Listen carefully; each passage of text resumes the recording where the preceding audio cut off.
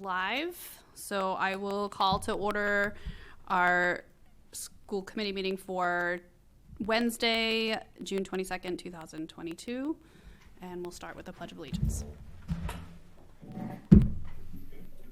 I pledge allegiance to the flag of the United States of America and to the republic for which it stands, one nation, under God, indivisible, with liberty and justice for all.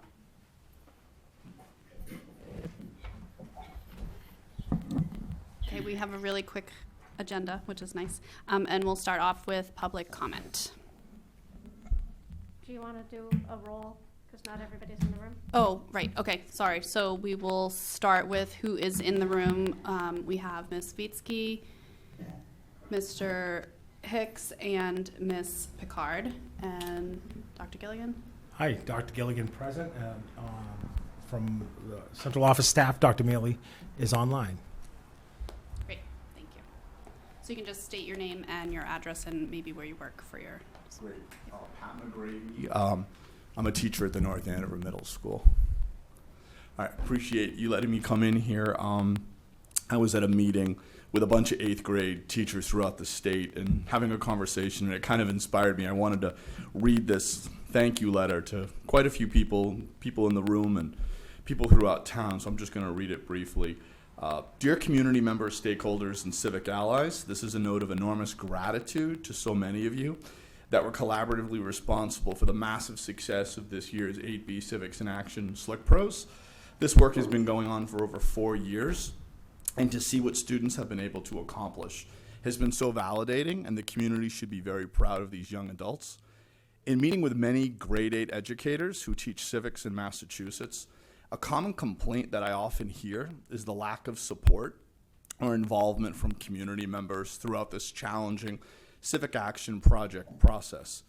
No guidance is provided, very little accountability or community interest is present, and students do not have their emails or calls returned specifically within the action step of this complex yet meaningful process. I can honestly say that my students and I have experienced the polar opposite of that within our community. As a result, I would like to especially thank the following individuals on behalf of my students, my former students, and I.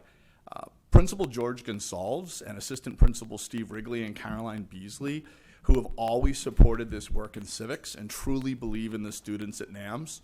Other administrators may have questioned this work as being non-traditional, but instead this team embraced the work and were involved throughout the Slick Bro process with their students. The administrative team at North Andover Public Schools, including Dr. Gilligan, Miss Marks, Dr. Mealy, and Miss Nikki Murphy, who read all my lengthy emails, examine student work on a regular basis, visit my classroom on occasion, return the emails of my students, and even took time out of their busy schedules to meet directly with my students. You all validated this work for my students, and without that, there would be no Slick Pro or true meaning in this work. Town officials within North Andover, including the town manager, the deputy town manager, moderator of town meeting Mark DeSalvo, select board member Janice Phillips, and youth service director Rick Gorman, in addition to all the school committee members present before me, as well as former members, Amy Mabley and David Terisi. You were all involved from the start, and whenever I asked for support, you always responded with when and where. My civic students are very fortunate to know all of you, either from classroom visits or direct involvement within their Slick Pros. This investment will pay off in a few years when we will hopefully have more community members physically present at meetings like this, or at the annual town meeting, or at the high school voting at the polls. You will all have played a role in this process that will truly benefit the town and the overall community. I also want to thank state government officials, including State Senators Bruce Tarr and Diana DeZoglio, as well as state representatives Christina Minicucci, Trom Wynn, and Andy Vargas. Our work together has been a highlight of my career, and I so appreciate your commitment to civic education and this new path that we all started with the Civic Action Law in 2018. Although not part of the North Andover community directly, I have to thank all of my civic allies at the Democratic Knowledge Project, DESE, and the Edward M. Kennedy Institute for the U.S. Senate. I believe that you are now part of the work of North Andover in civic education, and I am so looking forward to your partnership in the future as we are truly just getting started. The parents who have supported me over these 3 years in teaching civics in a new and perhaps non-traditional manner, your emails and words of support during the ups and downs had a huge impact on me as I worked with your children and got me through a few obstacles that we were all able to overcome and move forward with this valuable work. Also, to the parents who at times might not have been as supportive or perhaps questioned what we were trying to accomplish in the various curriculum units, thank you for challenging me and making me a better civic educator.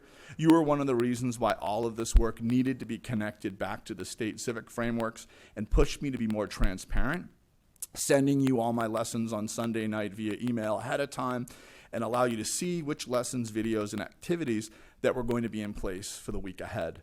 This is what a community truly is.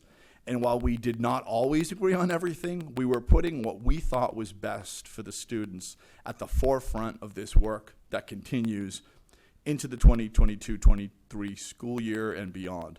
Lastly, all of the past 3 years worth of my 8B Civics in Action students, you are the ones that I need to thank the most.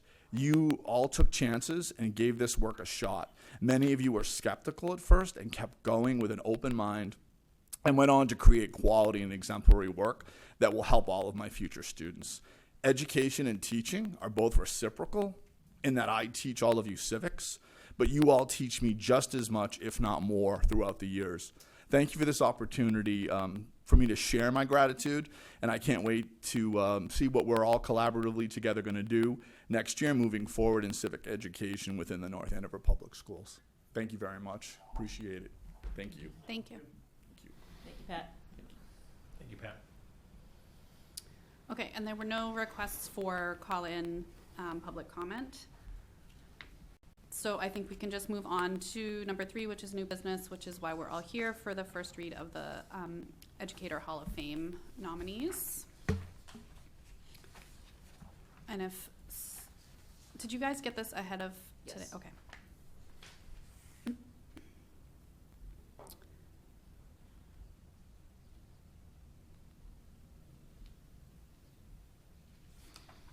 So do we have, is there discussion or questions, thoughts?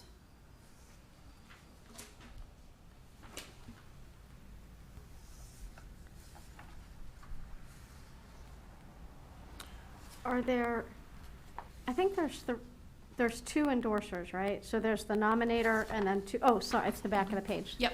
Thank you. Couldn't find that for a minute. Should we state out loud for the record and for the public watching who the individual is and That's a good idea.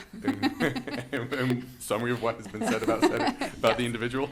Yes, so the educator who has been nominated is Mr. Peter Concannon, and I spoke with him last week.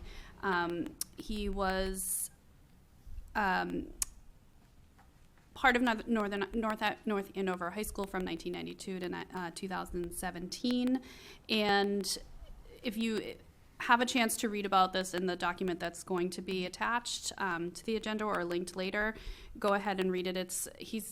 I wish that my kids had had the experience of working with him. He worked as a school adjustment counselor. He initiated the Focus program, which I know is amazing and such a great asset for any of the students that are able to take advantage of that. He served on the North Andover student assistance team. Just overall wonderful educator and student support. And he was very surprised and kind of, I think, taken aback by this nomination. So it was fun to have a conversation. This is his first year of eligibility, right? Oh. He retired in Right. 17. Yes. Yep. I didn't even think of that. Yeah. Yep. He was nominated by Bert Noyes, and there's endorsement statements by John DeFumeri and Edward C. Martin. Yep. Thank you. Just so folks know, Bert Noyes was a longtime English teacher and a longtime vice principal at North Andover High School. Edward Martin was principal. at North Andover High. He might have been even assistant superintendent for a while. He was. according to this. Oh, okay, good. There you go. And last but not least, Dr. DeFlumery was the head of guidance for 20 plus years. So that's great. So process-wise, this is our first read, and the public can weigh in on it, and then we'll have a second read at our retreat, or I will think we at, wait our, until at the September? retreat, we can do the second read if there's time in the agenda. Okay. It's really exciting when the community brings forward these names, because we get to learn about people that we wouldn't otherwise know about.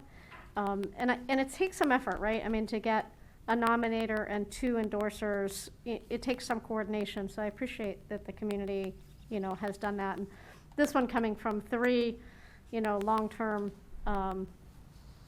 people in leadership in North Andover, I think that really speaks to the process as well. So Yeah, I agree. it's a great way to involve our alumni as well in paying attention to what's happening in schools now when we celebrate, folks who have retired some time ago. Yep, definitely. And I know we discussed this at our last meeting, but is he aware that if selected, he is giving a keynote address 2 weeks later? No, He will- he's doing it the following year. And it's last year's coming in for this fall. Mary Gregoire would come in for this fall. Is that, I think we had Mary kicked off. I thought so. I thought that was the case too, but I don't know. So We can double check. okay, then I was mistaken, because I felt like we said when we met for the, the Hall of Fame committee, that it was Mary Gregoire that came in this fall. She was already in. It's hard to say. The events have all changed over time with COVID. So Right. whether it was the actual Hall of Fame event or whether it was opening day. Yeah, so I think last year Ray Grady spoke at opening day, and then Mary was honored in October. And I knew she So was then on it Mary in will have the October. Got it. opportunity That to makes- speak in thank you, August. Helen. And assuming Pete is voted in, and I can't see any reason that he wouldn't be, he would speak at the following Got it. years. Yep. That was They my could do understanding. it. I mean, they could do a shared speaking, but then there's time. Yeah, I simply. knew she spoke. I just didn't remember what she spoke at, so that makes sense. Yeah, and I think it was a couple times. It was in the induction and then another event. So, So, but Okay. simply put, I had the pleasure to work with Pete for a lot of years as an assistant principal and a teacher. And he is one of the most talented educators I have ever personally worked with, in the top 5. He's a difference maker, and really wonderful people nominated him. But you ask a lot of kids in this community, who got them through high school, who helped them the most difficult times, who helped them in time of tragedy as a school. There's no one better than Pete Kincannon. He's one of the most respected social workers counselors in the region. He does a lot of work at Salem State now, and when he recommends somebody, that's a person worth considering if there's a job. And the kids always called him Pete. So way back when everyone was Mr. So-and-so, he went by Pete. He did start the Focus program, did a ton of work around conflict resolution, and really helped kids find a place where they fit in or needed a break or simply were accepted. And amazing human being. we talk about our raised values a lot in North Andover, and we had some students come to the Building Respectful Communities Committee, and the students who came said that they felt like belonging was an important value for North Andover, and it sounds like that's what Pete was working on, is belonging.